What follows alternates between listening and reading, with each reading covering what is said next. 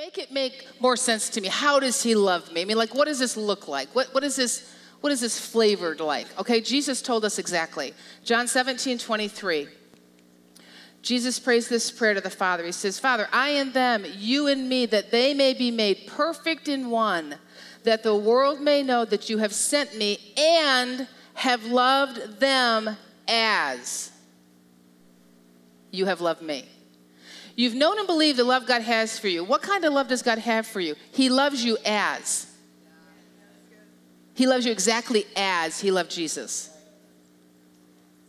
Do I have to do anything? Nope. He already loves you exactly as he loved Jesus. We're going to see in just a minute, how much did he love Jesus? He loves you as he loved Jesus. Then look at 1 John 4:17 through 19. Just get a couple of these in, okay? 1 John 4:17 says, love has been perfected among us in this, that we may have boldness in the day of judgment, because as he is, so are we in this world. There is no fear in love, but perfect love casts out fear, because fear involves torment. But he who fears has not been made perfect in love. We love him because he first loved us. So we've read this passage. We covered some of this already just in the last few minutes.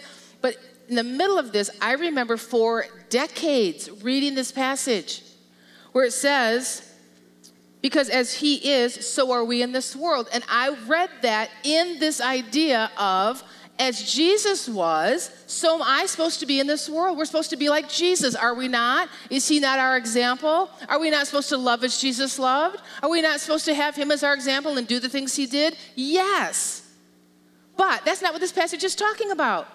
So for years, I'm reading this kind of from the works mindset, the performance, the things I'm supposed to do. If I'm going to be a good Christian, as Jesus was, so am I in this world, just like Christ. We're supposed to be followers. And all of that is true, except not from that angle. Because the context of this verse isn't about that. The context of this whole passage in 1 John 4 is about God's love. The whole passage is about God's love. It's not that we loved him, it's that he loved us.